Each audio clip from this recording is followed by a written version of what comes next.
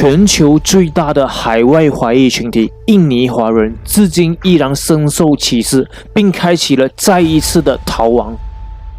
根据2017年新加坡尤索夫伊萨东南亚研究院对印尼全国的调查发现，大部分受访的印尼人依然认为华人掌握了当地的经济，接近一半的受访者表示他们无法与印尼华人交朋友，而有部分的印尼华人说，在他们眼中，印尼人和华人这两个名称其实是可以共存的，并没有冲突。这也像马来西亚华人一样，我们既是马来西亚人，也是华人。我们是受马来西亚联邦政府认可的，无需隐藏自己的身份，因为马来西亚已经设置好了完善的土著政策和非土著政策。虽然我并不认同这种政策，但在印尼却是另外一回事，因为他们早期的土著政策已经被废除了，所以从法理上讲，印尼的现在所有民族都是平等的，但是不代表这样就没有歧视了。由于已经没有政策的保护，所以印尼华人在当地可以直接与土著竞争。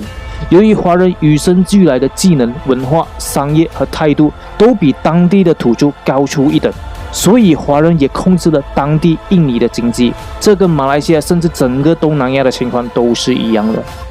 马来西亚前首相马哈迪曾张扬，华人拥有4000多年的优秀文化，而且聪明又勤力，更具有国际竞争能力，所以马来人很难跟华人竞争。因此，华人在当地社会难免受到敌视或妒忌。由于早年的印尼排华事件影响，有些印尼华人故意隐藏了自己华人的血统，甚至觉得华人身份为他们带来了困扰和歧视。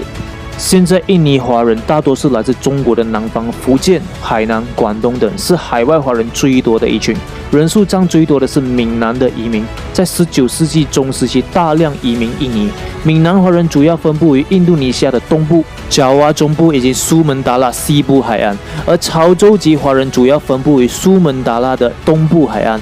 根据2021年官方数据，印尼总人口达2亿7000多万人，在亚洲仅次于中国和印度，超过了日本，而华人占总人口的3%，约810万人。但实际可能更多，因为当地的人口普查采用了自我认同的方法，因此拒绝认定自己是华人将被记录为非华人。一些人还可能因为受1998年印尼反华暴乱影响而不敢承认自己是华人的身份，而且在当地承认自己是华人不会为你带来任何的好处，相反会为你带来敌视甚至是嫉妒。但这810万人已经是全球最大除中国以外的海外华裔聚居地，超越了香港地区的居住人口，稍微比以色列少一些而已。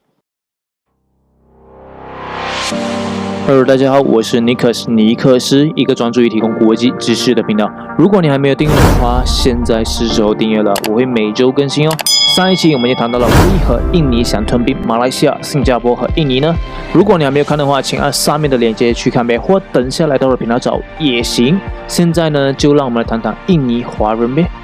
其实现在印尼华人和泰国华人是没有什么差别的，只是泰国的华人被同化的比较干净了，因为泰国的政策比较宽容，所以华人比较不排斥。从上一次泰皇驾崩时，很多泰国华人都哭得很惨，就可以看出当地华人对泰国的认同感是很高的。而印尼则采取一种比较强硬的同化政策，有很多华人是因为害怕而接受同化，而非认定这个国家。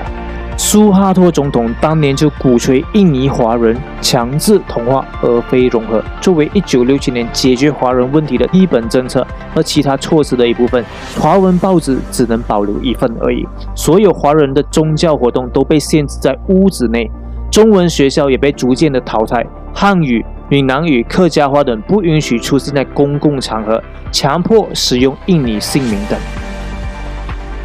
这项法令被印尼华人认为至今为止最为耻辱的一个法令，他们被逼丧失了自己的姓。1965至1975年间，军队和警察猖狂地虐待印尼华人，比如公开抢劫或强奸。在这一期间，警察可以随意逮捕说中文，比如闽南话、客家话、潮州话或粤语等的人。在这一艰苦时期，存活的唯一方法就是行贿。另外，被认为在印尼独立期间是英雄的那些华人，比如萧玉灿和林群贤等，不是被野蛮地处死，就是被流放，甚至是关押。而抗议的人往往被秘密杀害。他们全部都不被认为是民族英雄，这使得印尼华人在这一期间不再为印尼献身了。排华情绪在原住民中越来越严重，针对华人的屠杀也时有发生。1959年，总统苏加诺就批准了 PP10 1959年法令，主要是强迫华人关闭在农村的产业，搬迁到城市。这一命令实施得很野蛮，但随后都市化的进程却让勤奋和善于经商的华人意外发了大财。因为印尼华人除了经济和产业外的其他方面全部被禁止了，不可以参与，这使得他们专注于这些方面，并取得了巨大的成功。这给政府和军方带来从中国商人那里索取贿赂的机会，一些华人也因此取得了便利。这时就有土著开始指控华人，导致印尼政府和军方贿赂和腐败日益严重，这加大了他们与原住民的贫富差距。另一方面，华人则认为政府对待他们不公，政府比较偏向于原住民，也就是土著。由于长期的不成文歧视，大多数印尼华人虽然在经济上是富有的，但很少参与政治活动，也无法向立法机构游说来保护他们自己的利益。即使是在本地出生或者在印尼生活了很多代的华人，也必须持声明说他们放弃了中国籍的证明。印尼华人在取得国籍证明方面很艰难。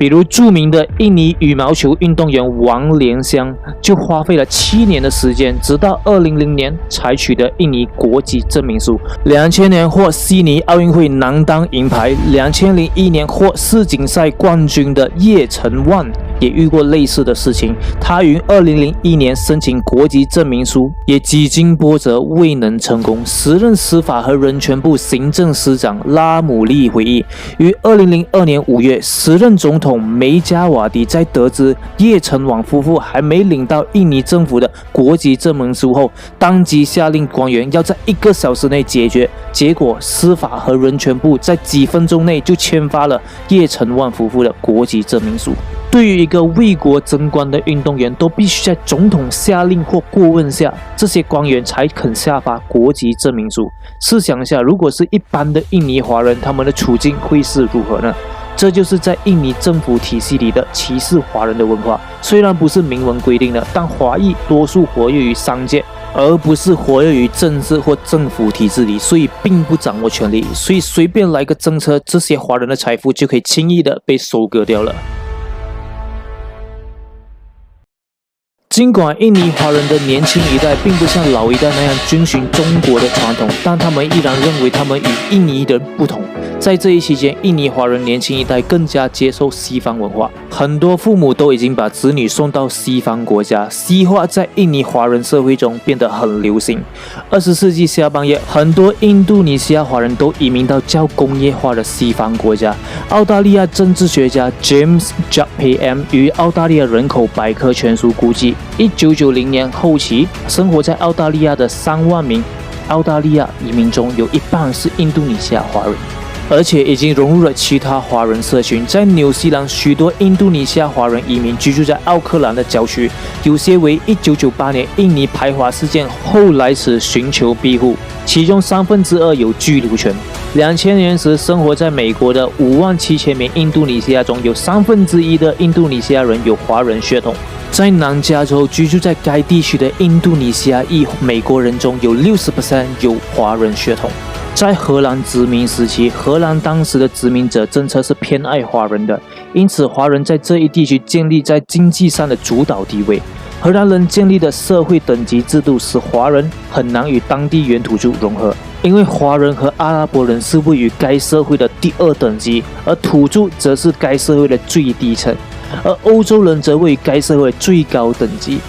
荷兰人选择性的优待某个少数民族或宗教，从而达到破坏原有的社会体制策略。因此，华人成为殖民统治的道具，成为缓冲其余原住民矛盾的缓冲期。法国人和英国人后来也采用了相同的策略，用在整个马来群岛。其实，印尼华人的篇幅很长，我没有办法用10分钟左右就把它说完，所以我下一期还会继续更新关于印尼的华人。如果你想继续看的话，一定要关注我哟。好，我今天就分享到这。如果你喜欢的话，欢迎你订阅、按赞和分享，还有记得打开你的小铃铛哟，我会每周更新。如果你有任何意见的话，欢迎在下面留言，让我们一起交流吧。如果你想看为何印尼想吞并马来西亚、文莱和新加坡的话，欢迎来我的频道看上一期的作品。好，我是尼克斯，尼克斯，我们下期见，拜拜，记得订阅哦。